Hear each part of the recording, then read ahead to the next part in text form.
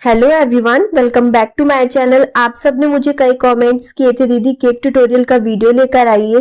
तो आज मैं आप सबके लिए केक ट्यूटोरियल का step by step full video लेकर आई हूँ। वीडियो को स्किप मत कीजिएगा, आपको हर कुछ सीखने को मिलेगा। इस वीडियो को मैंने 4 स्टेप्स में डिवाइड किया है। तो आइए चलते हैं हम अपने फर्स्ट स्टेप की तरफ। स्टेप 1 है हमारा टूल्स। गंजी सभी के घर में होती है। केक बनाने के लिए जरूरी नहीं है कि हमें माइक्रोवेव चाहिए। आज हम सिर्फ गंजी या कढ़ाई पर ही केक पकाएंगे।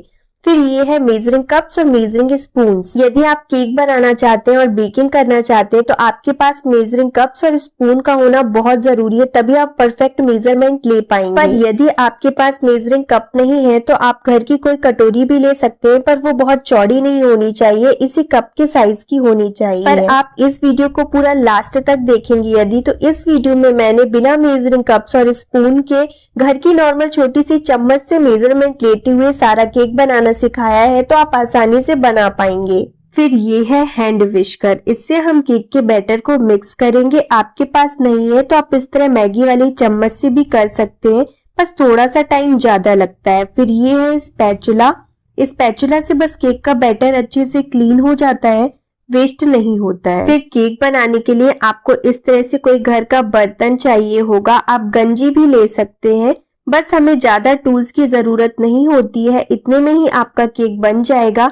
तो आइए चलते हैं हम अपने सेकंड स्टेप की तरफ। तो ये मैंने लिया है मैदा। मैदा आपको पैकेट वाला ही लेना है। आज मैं आपको मैदे से बहुत बढ़िया से स्पॉन्ज बनाना सिखा रही हूँ। मैं जितने भी आपको ड्राई इंग्रेडिएंट्स बताऊंगी सबको आपको छलनी से छान कर ही लेना है। घर की कोई भी खाना खाने वाली चम्मच सेलेक्ट कर लीजिएगा, बस आपको उसी से ही सारे केक का मेजरमेंट लेना है। मैं आपको मैदा मेजर करके भी दिखा रही हूँ। टोटल मैदा मैंने 150 ग्राम्स लिया है और इस स्पून से मैं आपको मेजर करके बता दूं तो टोटल आपको 15 चम्मच मैदा लेना है। मतलब इस 1 कप का जो मैदा है उसका मेजरमेंट घर के खाने वाली चम्मच में 15 चम्मच के बराबर है। फिर आपको आधा कप मिल्क लेना है, रूम टेम्परेचर पर रखा हुआ। यदि आप कटोरी का इस्तेमाल कर रहे हैं तो आप आधी कटोरी लेंगे, और यदि आप चम्मच से मेजर कर रहे हैं तो आप 20 चम्मच मिल्क लेंगे। फिर ये मेजरिंग कप्स की स्पून से मैं 1 TBSP डाल रही हूँ इसमें विनेगर, ताकि दूध जो है वो फट जाएगा। तो इसे मैं आपकी नॉर्मल स्पून में मेजर करके दिखा रही हूँ। 3 चम्मच आपको विनेगर डालना है और फिर इसे ढककर रख देना है। तो जब तक मिल्क फटेगा आइए हम अपने बाकी ड्राई इंग्रेडिएंट्स को छान देते हैं। तो यहाँ पर मैंने छलनी में पहले मैदा डाल दिया और फिर ये मैंने लिया है half TSP baking soda. Normal spoon से मेजर करूँ तो आपको आधा चम्मच लेना है। और फिर मैंने हाफ TSP ही लिया है बेकिंग पाउडर। नॉर्मल स्पून में आधा चम्मच बेकिंग पाउडर आपको लेना है। फिर आपको डालना है चुटकी भर नमक, ताकि वो टेस्ट को बैलेंस कर सके। और फिर सारे ड्राई इंग्रेडिएंट्स को अच्छे से छान दीजिए। और सारे इंग्रेडिएंट्स की लिस्ट विथ क्वांटिटी मैं आपको डिस्क्रिप्शन में दे दूंगी, आप वहां से एक बार चेक कर लेना। फिर आपको लेना है आधा कप पीसी हुई शक्कर। नॉर्मल स्पून से मेजर करूँ तो 8 चम्मच। और ये देखिए तब तक मिल्क भी अच्छे से फट चुका है। फिर मैं इसमें छान दूंगी पिसी हुई शक्कर। आपको सारे ड्राई इंग्रेडिएंट्स को छानते हुए ही लेना है, तभी आपका बैटर लम्प्स फ्री बनेगा। फिर मैं इसमें ऐड करूंगी हाफ कप रिफाइंड ऑयल। घर की चम्मच से मेजर करके बताऊं तो आपको 15 चम्मच ऑयल इसमें ऐड करना है। फिर आपको इसे अच्छी तरीके से मिक्स करना है हैंड विस्कर से या कांटा वाली चम्मच से, आप किसी का भी यूज कीजिए। बस इस तरह मिक्स कीजिए कि मिल्क और शुगर, ऑयल ये तीनों अच्छे से एक साथ मिक्स हो जाए, अलग अलग ना दिखें।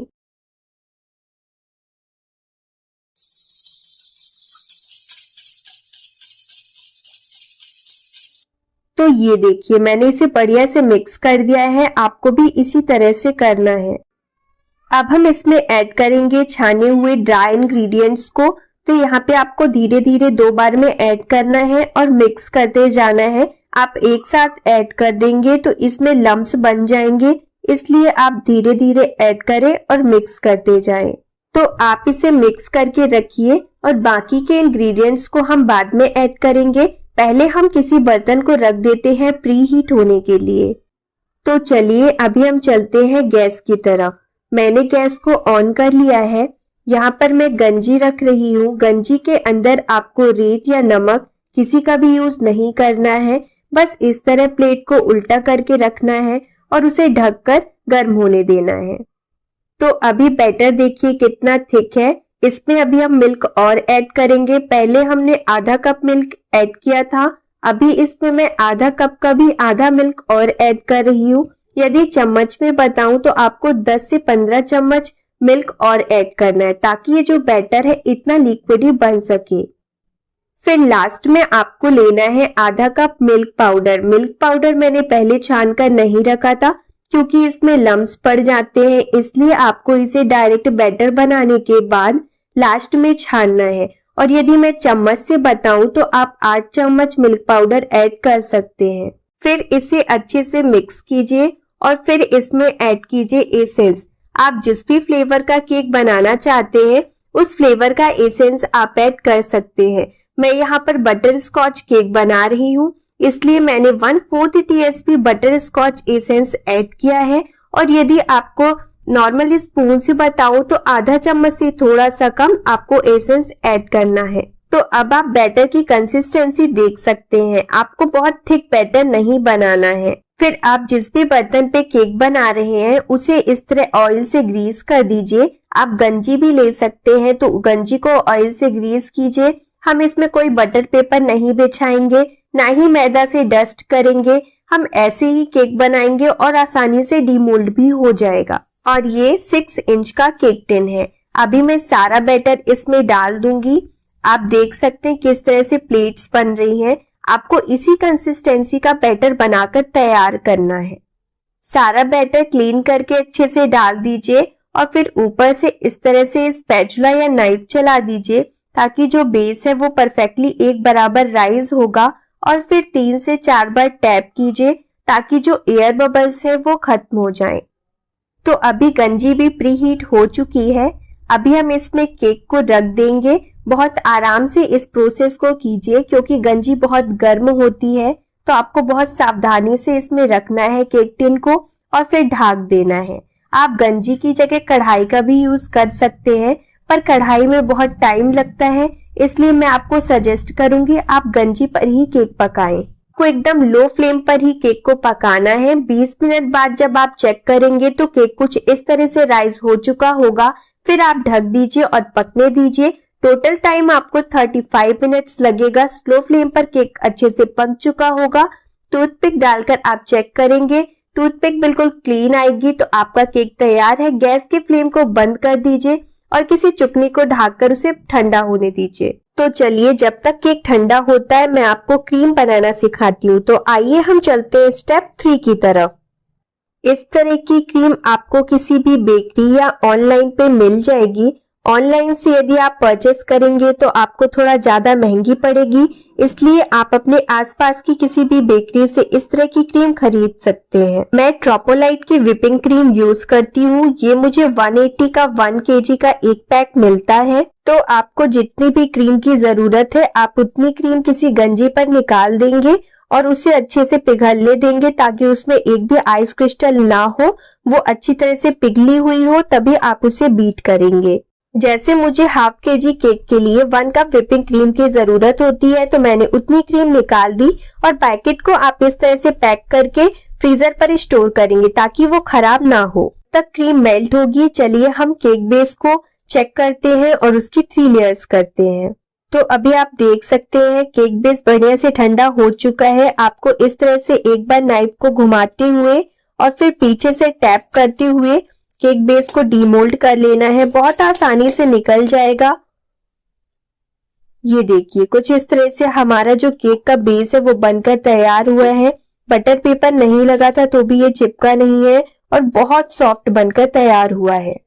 एक बात का ध्यान रखिए, केक के अच्छे से ठंडे होने के बाद ही आप उसे डीमोल्ड करिए, वरना वो चिपक कर टूट जाएगा। अभी मैं ब्रेड नाइफ से इसकी लेयर कर रही हूँ। तो सबसे पहले मैं ऊपर वाली लेयर को हटा रही हूँ क्योंकि वो थोड़ा सा ऑयली होती है और फिर बाकी पार्ट से हम 3 लेयर निकालेंगे।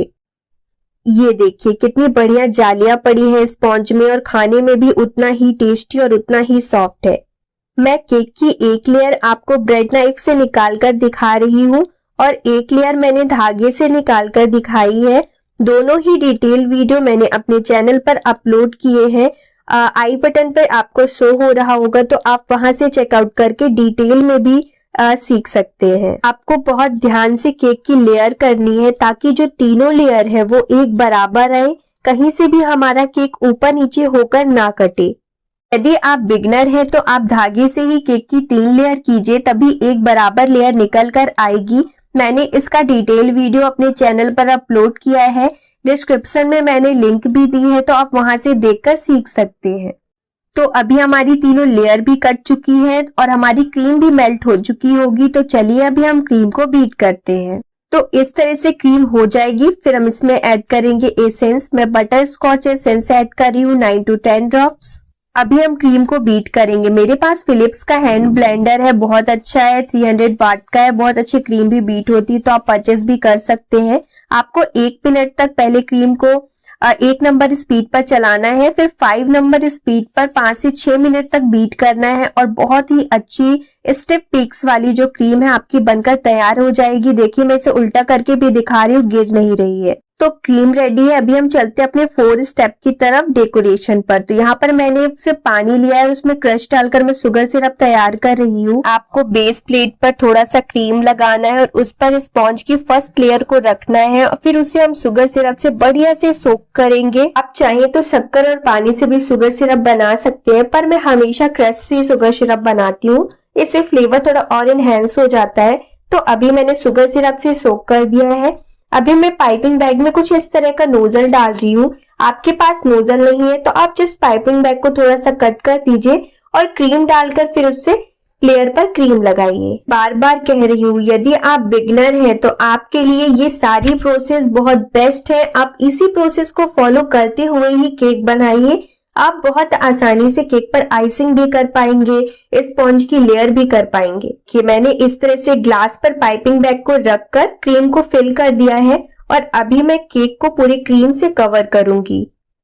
तो पहले आपको शुगर सिरप से सोक करने के बाद क्रीम की एक लेयर लगानी है, फिर उसके बाद हम क्रश की एक लेयर लगाएंगे। लेयर के ऊपर जो आप क्रीम की लेयर लगा रहे हैं उसे आपको प्रॉपर फिनिशिंग करने की कोई जरूरत नहीं है, बस आप उसे मिक्स कर दीजिए और उसके ऊपर क्रश की एक लेयर लगा दीजिए। क्रश कई फ्लेवर्स के आते हैं, मैं बटर स्कॉच केक बना रही हूँ इसलिए मैं यहाँ पर बटर स्कॉच क्रश लगा रही हूँ। सेम यही प्रोसेस मैं सेकेंड लेयर पर भी करूंगी। सेकेंड लेयर को रखने के बाद बढ़िया से शुगर सिरप से सोक करूंगी, उस पर भी क्रीम की एक लेयर लगाऊंगी, उसके ऊपर क्रश की एक लेयर लगाकर उसे भी अच्छे से फैलाऊंगी और फिर थर्ड लेयर को उसके ऊपर रखूंगी।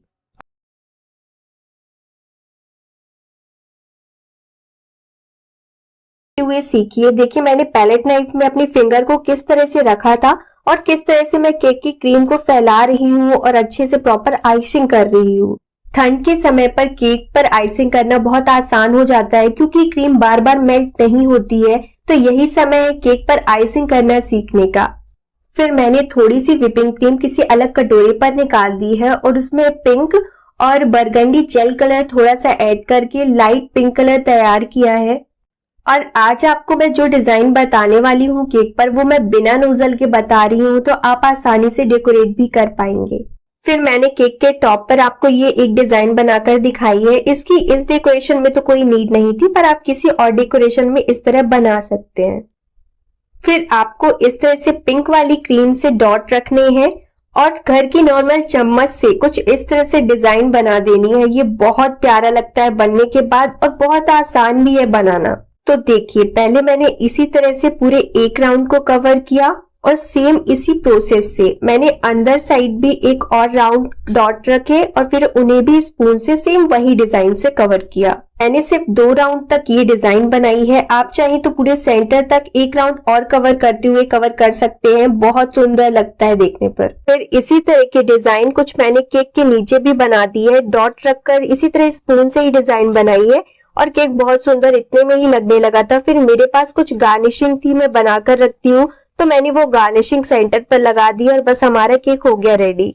और फिर कुछ स्प्रिंकल डाल दिए और मैंने इस केक को कट करके भी दिखाया है ताकि आपको अंदर से समझ में आए कि वो लेयर और क्रीम किस तरह से अरेंज हुई है। तो कुछ इस तरह से मैंने इस केक को बिना नोजल के डेकोरेट किया है। आई होप आप सबको बहुत पसंद आया होगा और अभी अभी मैंने इंस्टा पे भी अपना पेज बनाया है, तो आपको इसी तरह की और अमेजिंग केक डेकोरेशन देखनी हो ना तो प्लीज मुझे वहां भी फॉलो करना। इंस्टा की लिंक डिस्क्रिप्शन में है, प्लीज मुझे वहां जरूर फॉलो करना। और जो भी इंग्रेडिएंट्स मैंने लिए हैं विद क्वांटिटी मैंने सारा कुछ डिस्क्रिप्शन में आपके लिए लिख कर रखा है, तो आप वहां से चेक करना। इस वीडियो में मैंने स्टेप बाय स्टेप सारा कुछ कवर करने की कोशिश की है। उम्मीद करती हूँ अभी आपको कोई डाउट नहीं होगा, पर यदि अभी भी आपको कोई डाउट है तो आप मुझसे कमेंट करके पूछ सकते हैं। वीडियो अच्छा लगा हो तो प्लीज इसे लाइक करना, शेयर करना, सब्सक्राइब करना और हाँ, मुझे इंस्टा में फॉलो करना, यूट्यूब पर इसी तरह प्यार देना, सपोर्ट करना, मेरी वीडियोस देखना। आपको और भी कौन सी वीडियोस चाहिए मुझे कमेंट करके बताना, मैं आपके लिए हर एक केक डेकोरेशन की वीडियो लेकर आऊंगी। मिलती हूँ फिर एक नई वीडियो के साथ, तब तक